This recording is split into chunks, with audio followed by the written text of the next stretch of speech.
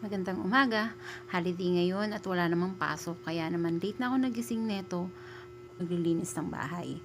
So ayan, hugas lang ng plato kasi wala namang ibang gagawa niyan. Magluluto lang ako ng adobo para sa pananghalian ko. Kasi past 11 na yan eh. Nagmamadali na ako niyan at mawawalan pa kami ng tubig. So ay at nagmamadali na rin akong magluto neto kasi magka-cut off yung tubig namin. So habang nagluluto, maglilinis na rin ako kasi wala namang ibang gagawa kundi ako lang. Ako naman tong nakatira dito. So, walis-walis, mop na rin yan para at least sa susunod na araw din ako maglinis, malinis pa rin dahil wala namang ibang nagkakalat kundi ako lang. At nagugutom na ako neto, nag-aantay lang ako ng matatapos na yung lulutuin ko. So, mop pa rin hanggang sa malinis ko na kahit papaano at makakahain na ako. Ayan ang adobo ko, ang sinangag. Tapos na, kakain na tayo. Tadan! Kain na na!